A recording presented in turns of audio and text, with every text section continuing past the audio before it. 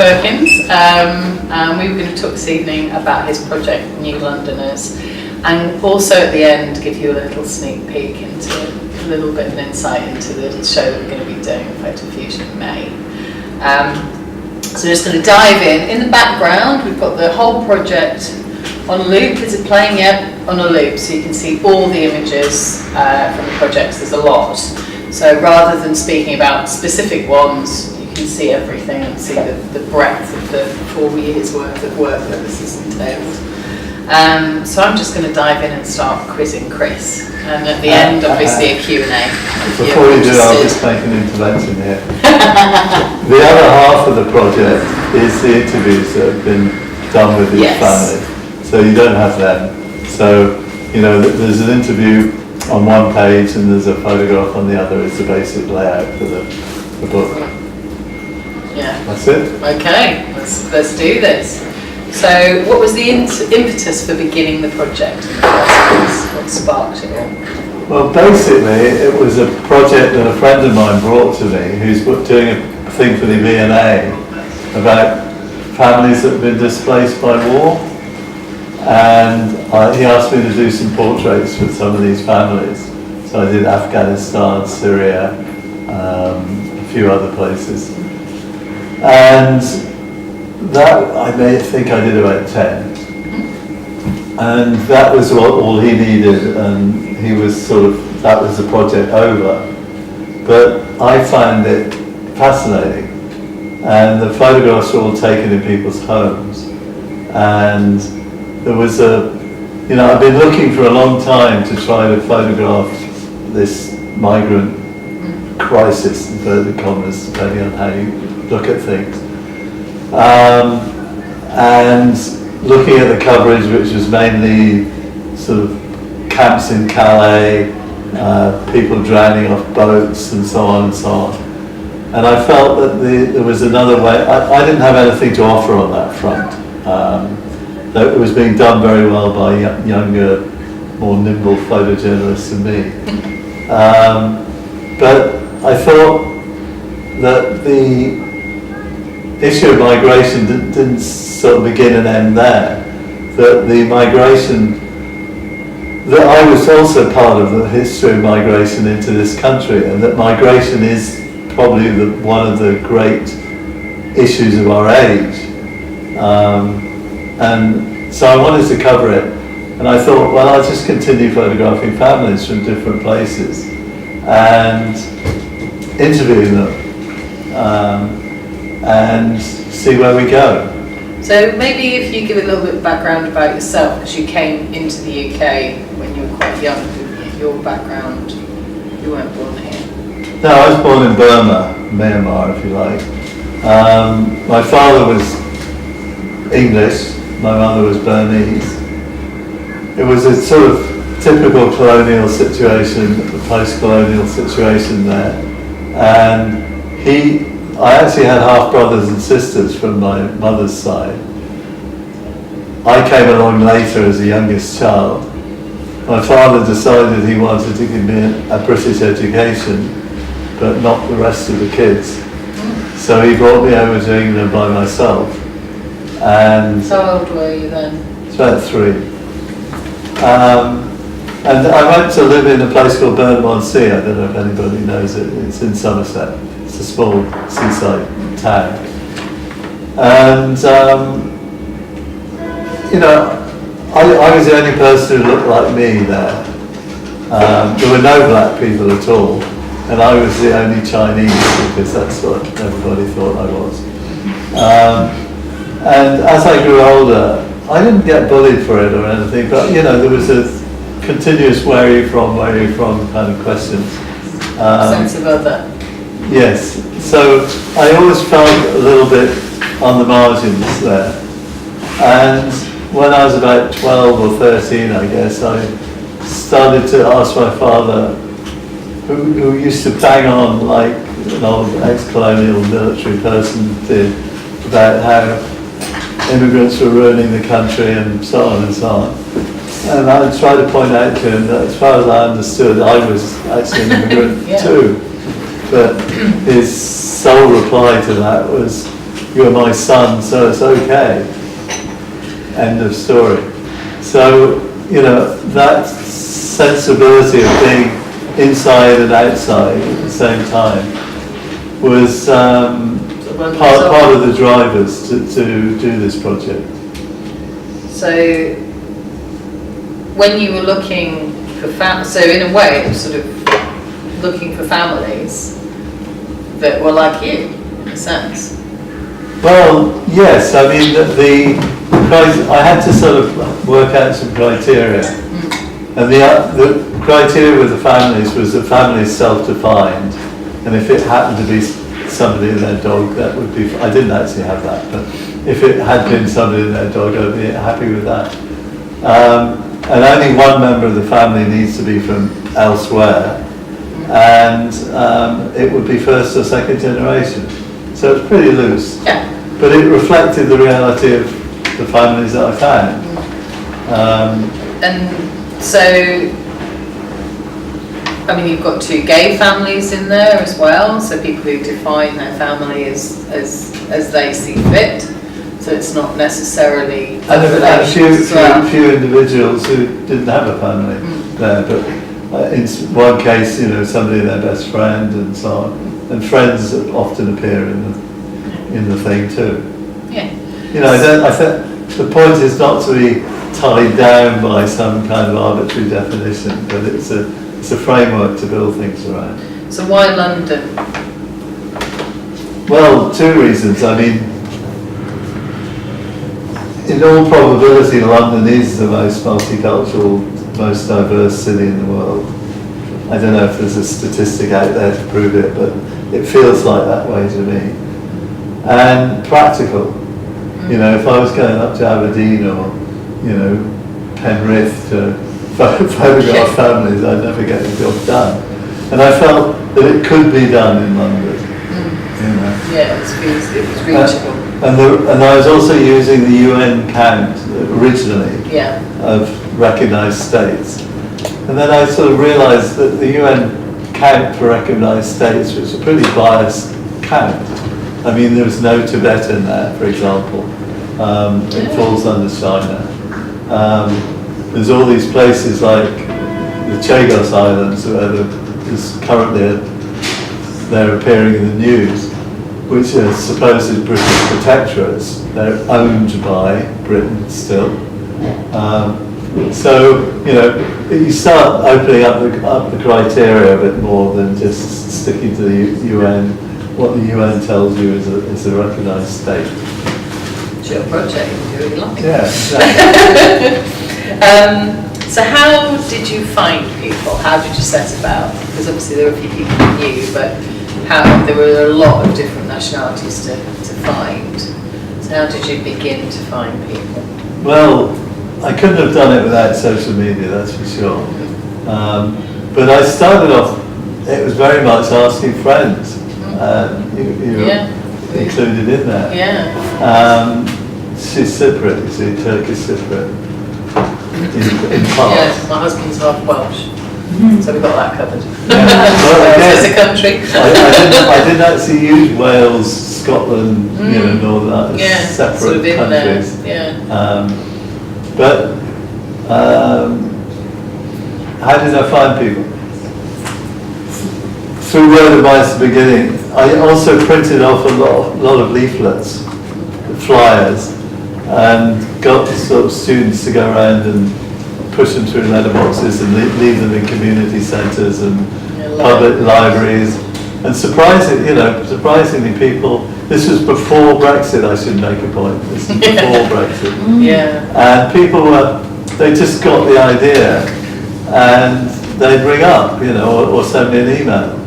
And quite a few people did that. And it's pretty interesting when you think about it. It's a weird thing to do, a stranger asks to kind of come into your house and take photographs of you and your family and rob you.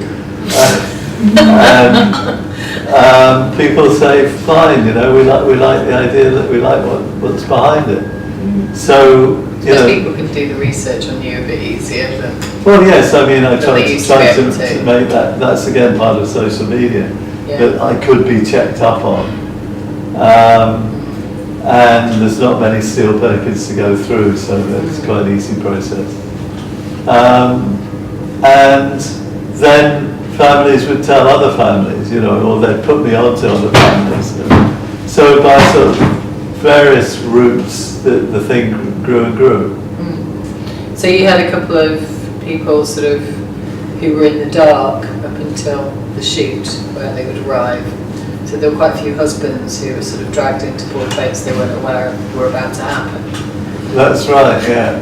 I mean, it was mainly the women who organised everything, and the husbands would occasionally sort of come, turn up out of a side room and say, so what's this all about then? So you didn't anybody tell you. So you have to give them the story, and then you sort of grunt and snort a bit, and then they relax, and it's generally okay. I didn't have any crisis. I had a few families pull out, but at the time, you know, I didn't really have any crisis of somebody saying get out. You didn't cause any problems. So describe a typical sitting for us, for those, how these, you know, because we'll see your... Well, first and foremost, let's say it's through the internet, which the majority is, or by phone. You make contact with the family, you try and answer questions that they've got, if they've got any, that, you know, are sort of more obvious. Like, how long is it going to take? I usually say 2 hours, including an interview. Again, because you've got families and they've got kids, and 2 hours is quite a long time to try to kind of focus in. But I also, you know, fully aware that I need to have time just for the families to relax a little bit, just get used to me, get used to the process, and get into the process as well. So ring the doorbell, and I get nervous every time I'm there. I usually have an assistant with me.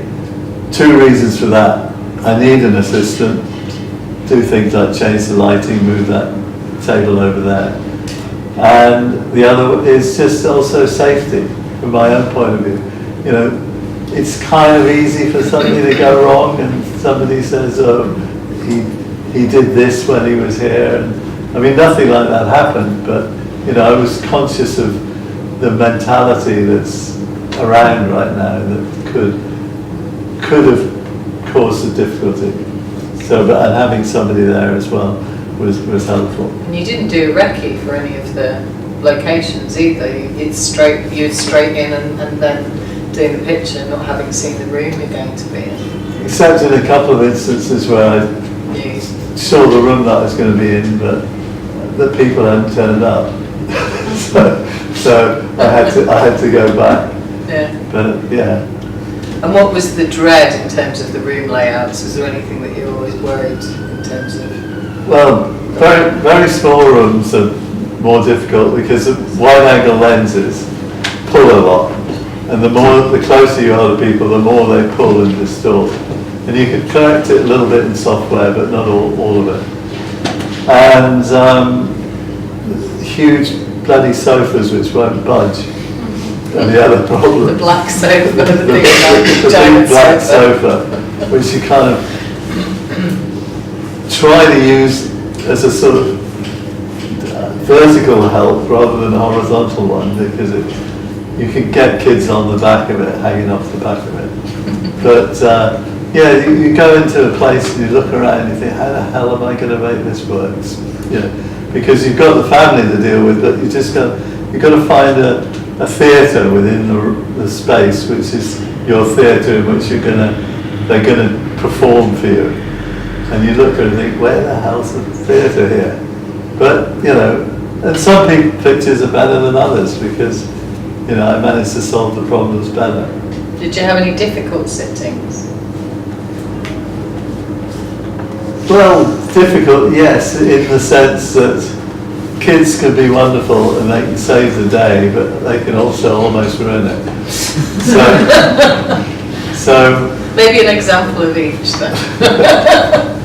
Well, I won't identify them too much, but one woman got in touch and said, oh, there's me and my daughter and we'd love to be part of the thing. And then she called up and told me, oh, she cancelled it because the daughter didn't want to be in it. And then she got in touch again and said, I've persuaded my daughter to be in the picture, so come up when you can, so we set the date and so on. And I went up there and I was ushered in, and after about 10 minutes I said, so where's your daughter? And she said, oh, she's in her bedroom and she won't come out. So I sort of knocked on the door and said, look, how about taking part in this photograph? And she said, no, I washed my hair and it looks terrible and I'm not coming out. And she wouldn't come out for the whole time.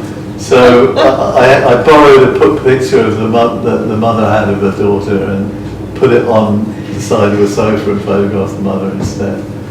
But, and she didn't come out. I mean, I don't know how long she was there after I left, but not all the time that I was there. But the kids can kind of be great because they can help break the ice. You know, there's quite a few kids doing rather strange things in my photographs, and that's because kids do strange things. But they don't do it when they think they're having their photograph taken.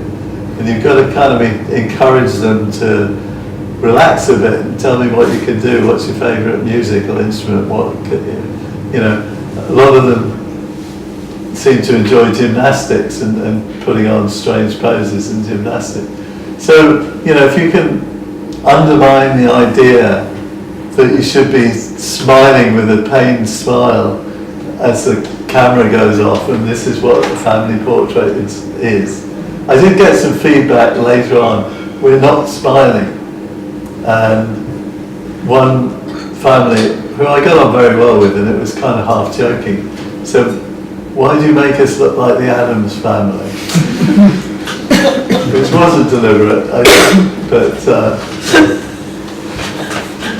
they shall remain nameless, I guess. Yes, Bangladesh. Okay.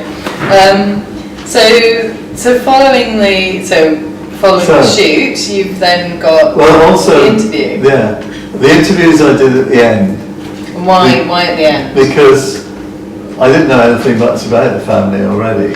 So a little bit, while you're shooting, you can pick up stuff that they're talking about, you're talking with them about.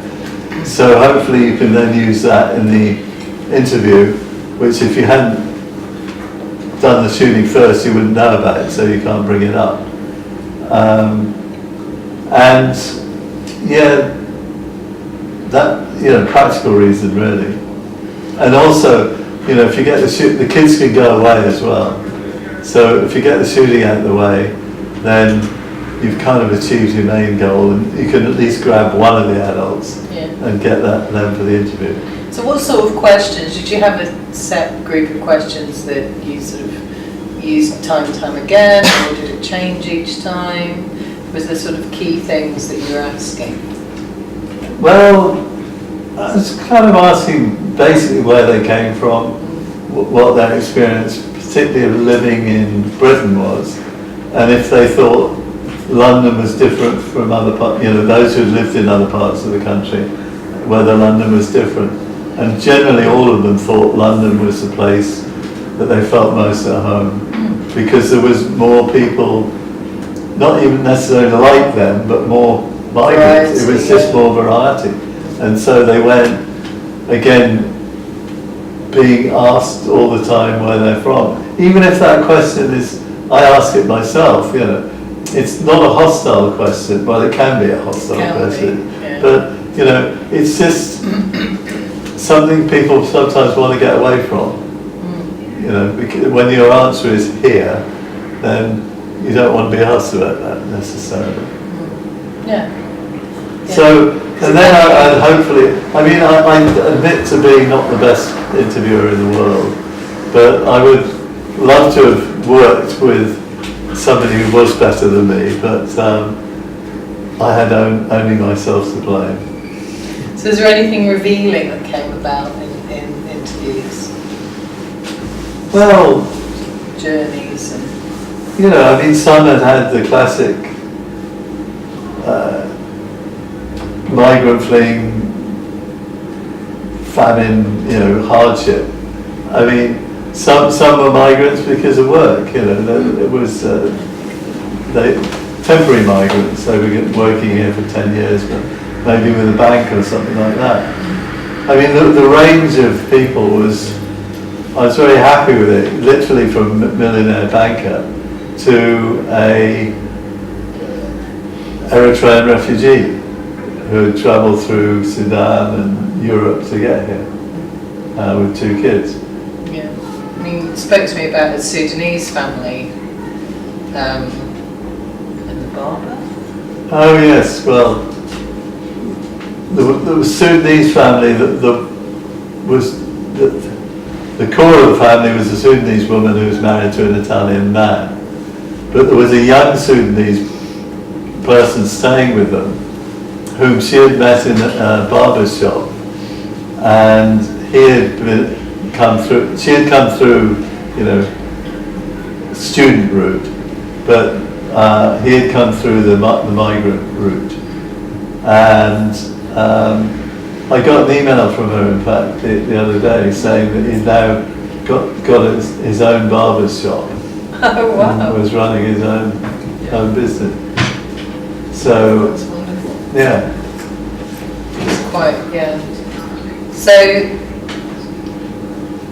I think one of the things that sort of came about, sort of talking about this with you and seeing the project, was how it's a very positive view of migration, how it's about bringing people together, about our, you know, our sameness rather than our differences, despite, you know, being maybe looking different or having different cultural things that we do. Generally, we're all living in houses and living in a city together and rubbing up against each other. And it's a positive thing. I thought I think it's sort of a needed project, really, with all the negative, horrifying press that we see all the time. It's very biased sometimes. I mean, is this sort of a way of trying to write that in some way, or? Write it in some way would be a bit heavy. Bit much to do, but yeah. I mean, but to sort of expose it. I think I do consider it a celebration. You know, I mean, migration, for me, it's kind of hard for me to sort of complain about migrants being one myself, you know, although that happens. I mean, Boris Johnson is part Turkish, I believe, but it doesn't make him any friendlier towards migrants than he need be. But yeah, I mean, I think, you know, I'm not trying to do happy, smiley pictures of people. That's not the idea. I'm most interested in making a record. You know, I don't think the population that exists in London right now has ever existed in the world before. You know, so to me that's a really interesting marker. And as a photographer, I'm interested in finding these markers about cultural developments in society. Just to go back into an earlier project I did on centenarians, 10,000 centenarians in the UK, more than that.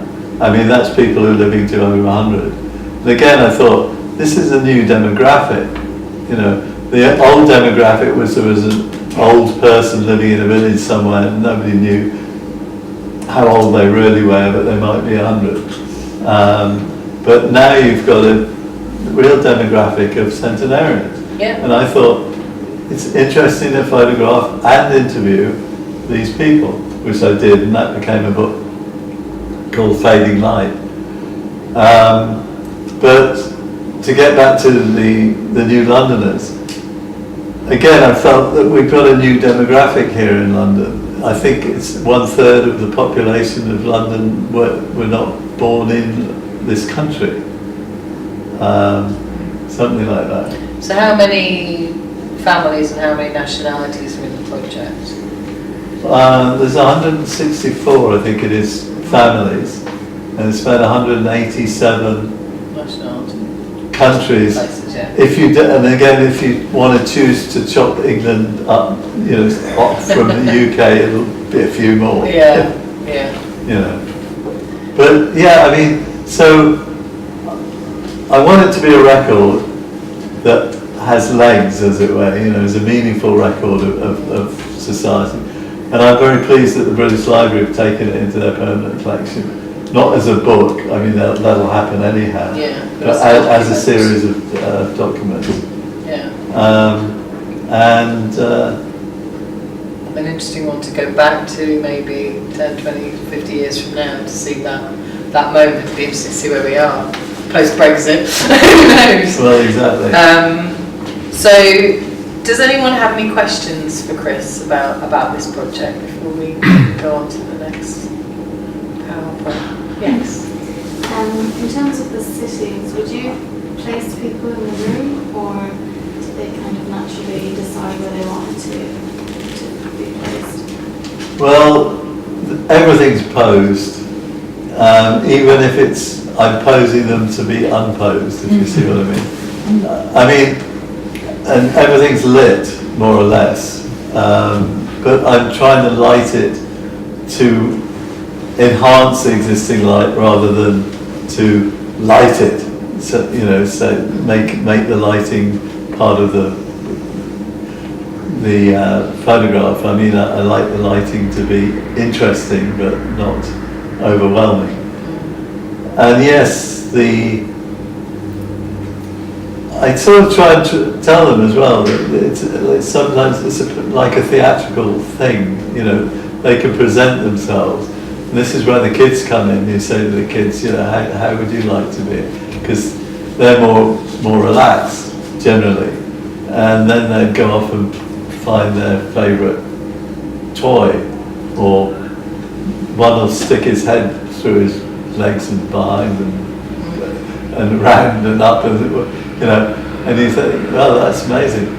And then when that happens, then the adults become much more relaxed about things too. And I mean, I'll just stop and say, look, I've got to change the card or something like that. And say, look, relax, and I'll start in a minute again. And they'll sit down in completely different poses from the ones that they had adopted for the photograph. And then they'll come back to the having your photograph taken pose. And then I'll have to put them back and say, no, you actually had your legs crossed and you were leaning back into the corner, which is their natural position, rather than the one that they've specially adopted for me. So yes, there's quite a lot of manipulation to try to get it back to something which doesn't look manipulated. Except there was one family which, and again, families have expectations, and the family, nobody's looking at the camera, they're all looking in different directions. And this was because I set them up with it. And one was one of the girls in the family had sort of lay their head on the table, and just while I was doing something, and then snapped up and I said, no, just keep your head on the table, it's fine. So I sent, this is something I forgot to mention, I sent everybody back some digital files, plus a 10 by 12 A4 print as well, so they get something back from it. And they got the print and they said, why did you send us this print? Nobody's looking at the camera. And I said, well, look, you've got the file, but you can make another print if you want from the file. I said, but look at the picture that somebody is looking at the camera, and look at the one I sent you, and which is the more interesting picture? They said, the one where we're not looking. So I said, thank you. I mean, people occasionally adopted national dress, I noticed. Was that through your request, or people proud to do again, that? when I make first contact, I often say, if you want to use national dress, if you've got special objects that you want to have in the photograph, I'll try to include it, and sometimes the object just doesn't work. But you know, I try to do that. Yeah. Any more questions? You're very well behaved. What lighting did you use? It's ragged. The only way that you could get them to not be a blur is with flash. So, I mean, there was one family where the kid had these cars that go along the ground, just going round and round and round forever. And the only, the father's trying to catch it as it goes by. And the only way I could photograph it was with, if it didn't have flash, it would just be this blurred thing going around. Okay. So one thing that we're sort of highlighting tonight is Chris really wants to make this into a book. I mean, it's a really important project, we feel, and a Kickstarter has started. It's almost finishes on Thursday at midnight, just before midnight. And we're, if any of you are interested and do want to see this be a book and do want to pledge, we can give you the information for that. You can also pre-order the book, basically. Yeah. And there's a raffle, isn't there, as well? Is there a raffle thing? There's all sorts going on there. Have a look. There's a link on on all of our social media, basically. You can find it on Chris's Instagram, on Facebook. We posted it up on Facebook as well. So yeah, and if it's obviously if there's any other questions, but it's quite. I think it's just a really important project to get out there. I mean, it's going to be displayed. We showed a sneak peek of this project in 2017 at FIX Festival, but then a migration museum is going to be exhibiting a big chunk of it as well, aren't they? The British Library is doing an exhibition there. Yeah. Which unfortunately is in a really shit place. I mean, the British Library has a major exhibition space where they do Shakespeare's handwritten sonnets or something like that, but not things like this. They're showing 21 pictures actually in the second floor gallery, and it's not even on the signage when you go into the British Library. But at least the staff know where it is. So shout about it. But the Migration Museum, we're going to put 60, we're trying to put 60 pictures up there. Mm-hmm. That's in the Firefighters Museum on the South Bank near Vauxhall. And that's going to start on the 4th of April. Yeah. So in April. And then there's something in Somerset House, there's a group show that will have some work in the summer. Yeah, that's going to be in June, July. Yeah. So it's getting out there that way, but I mean it's a big ask to get somebody to say I'll take 160 plus pictures and put them on the wall. Yeah. Anyhow. Because you want them to be a decent size. Yeah, and also I think the book is great because you're more likely to sit and read the interviews and dip in and out of the interviews, sat with the book and be able to never get through a show reading 160 odd interviews. But if it's there and you can kind of dive in and out of it, it's a really nice thing to do. Well, the thing we're doing with the Migration Museum, if it works right, is putting up Q codes. The little square boxes, so that you can get the interview information if you want it directly with it. I don't know why more places don't do that. It's quite easy to do. Yeah, it is an easy thing to do. But you must have one or two more questions before we. So good. No? Yeah. There's a lot of use of mirrors in your pictures. Is that something you've always been interested in, or that came about with this in small rooms? Well, it's more a product of the small room. It kind of gives you twice the depth. And again, there's little games that you can play with the mirrors. Is, you know, somebody's looking at you in the mirror and their partner's not looking at you, but they're looking directly at you, and you know, things like that. But yeah, I mean, it depends. I don't want to overdo the mirror, but sometimes it's actually quite hard to get away from the mirror as well. Yeah, fine. Was there anything immovable in any of the spaces you had to kind of... Giant black sofas. Giant black sofas. Any more questions? No? Okay. So we're going to give you a sneak peek of a few of the images from the In Brixton exhibition, which is going to open in May at the new venue, Photofusion. Assuming all the building work's been done. It'll all be fine and perfect. Kids gritting your teeth there. I don't know if we can get the PowerPoints, it's on a separate PowerPoint.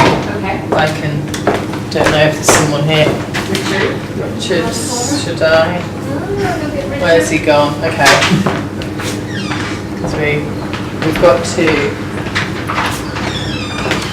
Yeah, it was a lot of fun doing this. I mean, me and my husband, we had you and Chloe in the living room and moving things around, and my cat cooperated, and of course stole the scene, as she always does, in the pictures. I'm amazed you didn't have any more crazy happenings with animals, actually. Because Nova was amazingly well behaved and sat perfectly looking up the thing. But The cats that weren't well behaved just bug it off completely. Yeah. Had enough. But yeah, no giant Dobermans or anything to kind of knock camera equipment over and stuff. You're lucky, very lucky. There was a white pit bull. Oh God. But that was very happy pit bull. Yeah, they're quite friendly dogs, aren't they? Generally. Rich is coming to help. He's going to just Yes. go. Okay. And while we're pausing, I'm going to say, can I say two things while Yeah, we're waiting of for you course. to change over? We are moving. Most of you know that. There are builders there now, and we're hoping to be in situ about the end of March, which would make this one of our first shows there. We're not quite sure whether we'll have another one first or not, but this is a great treat for us because you've always been a great supporter of us, and when we had to do our crowdfunding 2 years ago, Chris very generously donated a print that we were able to sell through the offer as a reward, which really helped get us the money together that we needed to eventually be able to move, which we're now doing. So I just want to say that if any of you are in a position to be able to support his crowdfunding for this book, please do have a look at it. I think it's an important project, and we'd love to see it succeed. I think I'm going to let you see a few of the images that we're really excited that this exhibition is going to be at Photofusion in May over the time period of Photo London. We are not going to be far from here, just at International House. We will help you find it, and we hope we'll get to see you guys all there. I'm going to now switch to, yes? Yeah, I think so, yeah. So you've got the dates there, so note for your diaries. It's not that far away, really. And in between this, we've got a show in... I know, we've got a show in Italy as well. And Chris is doing a workshop out there as well, so if any of you are interested in that, just ask me, come to Naples. Yeah, we're going to do a 3-day workshop in Naples. Naples, sorry. Yeah, which will be quite amazing. I've never been to Naples, so I'm really excited, but I imagine it's going to be very, very hot in the middle of June, but we'll soon find out. So talking of diverse places, obviously Brixton's one of the most diverse parts of London, and you came to live here in 1973, and you were here for a little bit. Well, I mean the dates of the pictures are a bit of a giveaway. So it's really sort of, yeah, it's nice as Photofusion is migrating, we're going to kind of go with it, but we're going to talk about 3 pictures that are in the show that haven't really been, one's been shown but the others haven't really been shown before. So if we go on to the first one. Well, most of the show hasn't been seen before. Yeah. Because it's stuff, I mean, I'm abroad, and I kind of wanted to come back to Brixton and not take photographs, to unwind a bit. So when I think back about the 20 odd years that I spent in Brixton, I photographed very little. But so what we put together is from a long period of longest time. period of time. It's a trickle down. I think what results in it is quite interesting. It's in the 70s that I did do most things, and sometimes I had little commissions. Like I did a magazine story on Pentecostal Church for a magazine called New Society. I did something on Brixton Lido for another magazine, I can't remember what it was. So I've got the Pentecostal image here, which is... Yeah, from the magazine assignment, which is a very quiet picture. I kind of... People either get it or they don't get it. You know, a lot of people think it's boring because nothing's happening there. I think quite a lot's happening there, but it's up to you.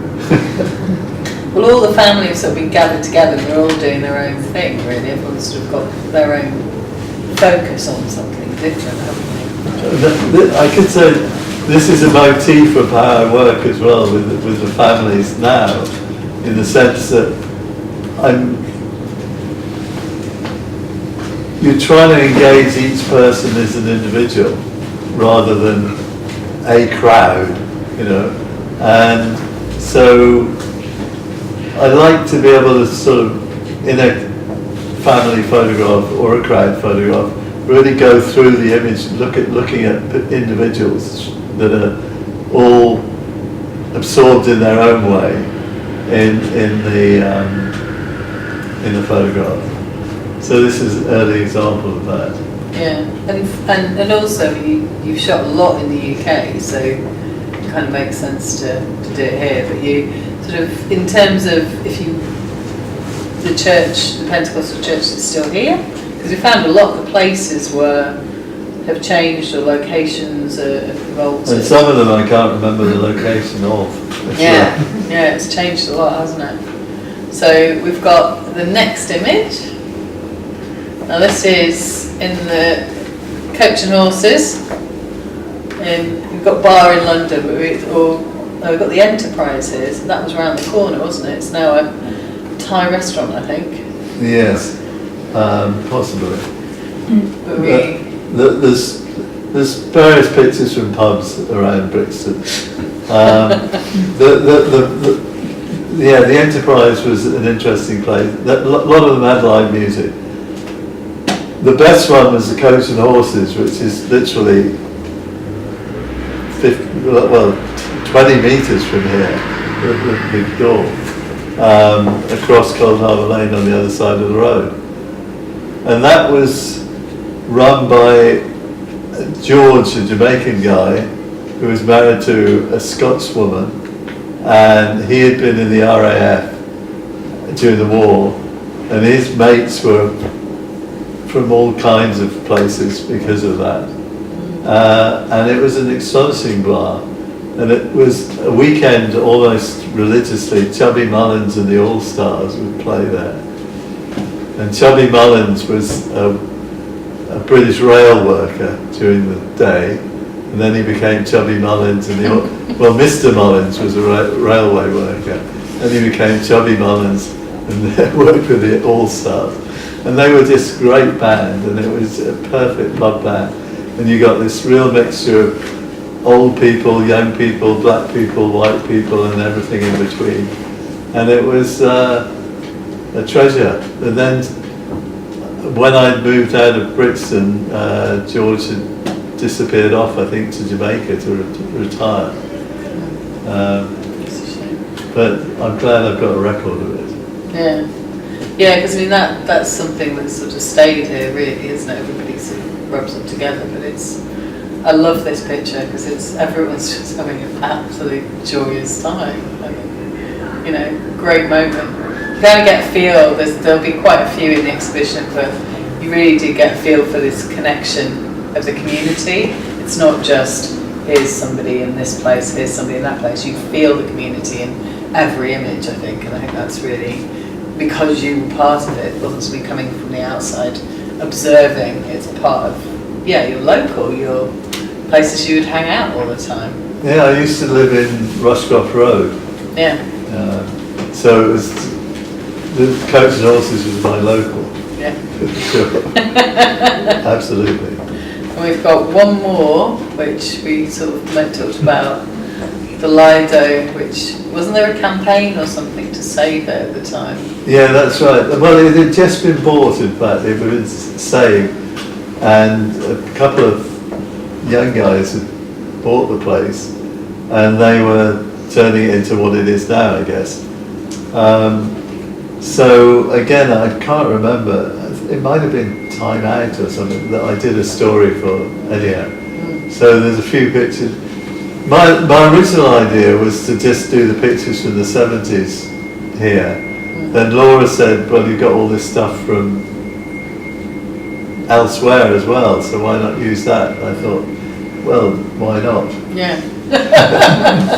I think, okay, yeah, the majority of the works that are in the show are black and white, but also I think the sort of the vibe of this. I mean, there's a whole range of things within the exhibition, but the same things come through, whether it's 1995 or 1973. You get this warmth, and I think the characters, we're hoping.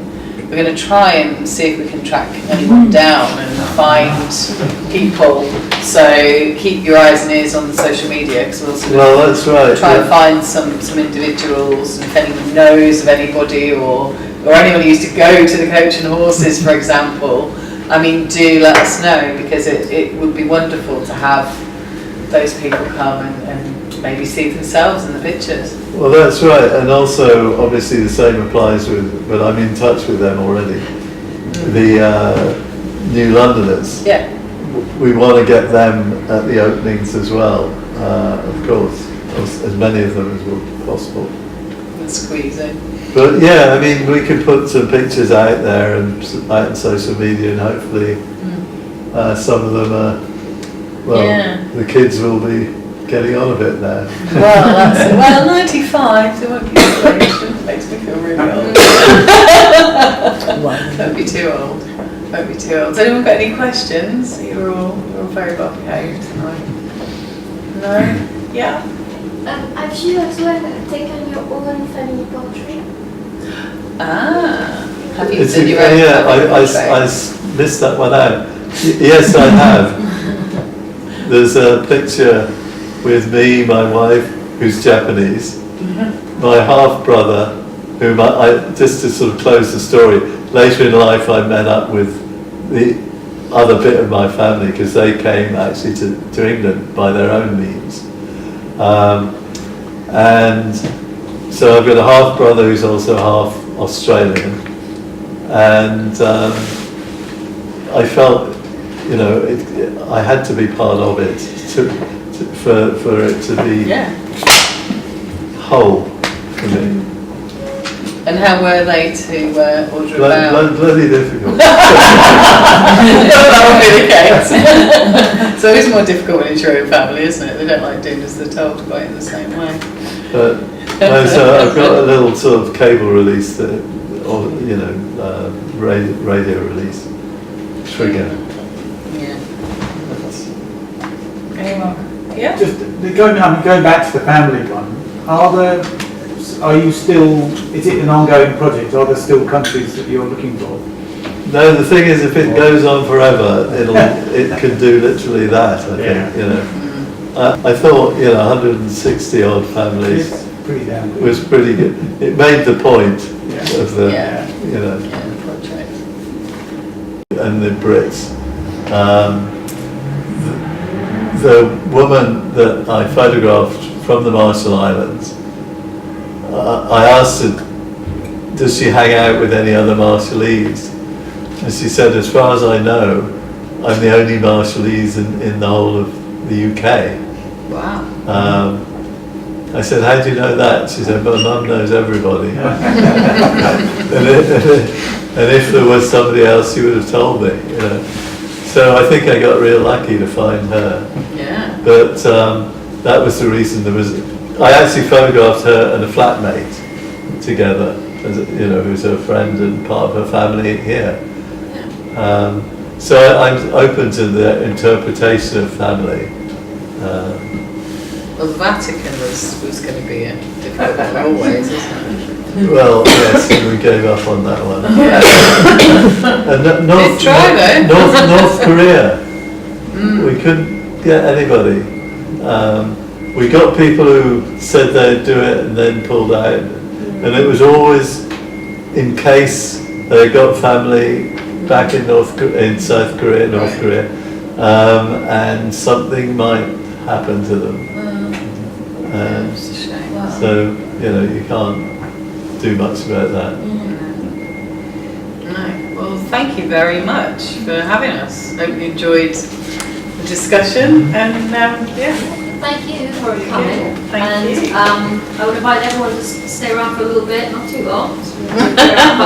But if you have any other questions you want to ask. Also, it occurred to me as I was standing here that this may well be, I think it is our last artist talk here at Photo Fusion after 28 years, and I'm just really pleased that this was the one, because, obviously ending on those images of Brixton, two people who really supported us through the years, someone with a very sort of, history in this part of London, and also images that remind us that while Brixton is changing, moving on, there's still like an amazing place to be, and there's still some of the best bits are still happening here, and so I think for that reason it's just a fantastic ending to our nearly 30 years here, and we'd love to welcome you to the new space. Fingers crossed, end of March, and we'll hopefully see you for the opening of Chris's show, which will be on, I can't remember, May the 8th, I think, yes. If you're on our mailing list, you'll get an invitation. Yes, if you're on the gallery list, you'll May the 3rd. No, the show the opening's not the same. Thanks for coming. Thank you.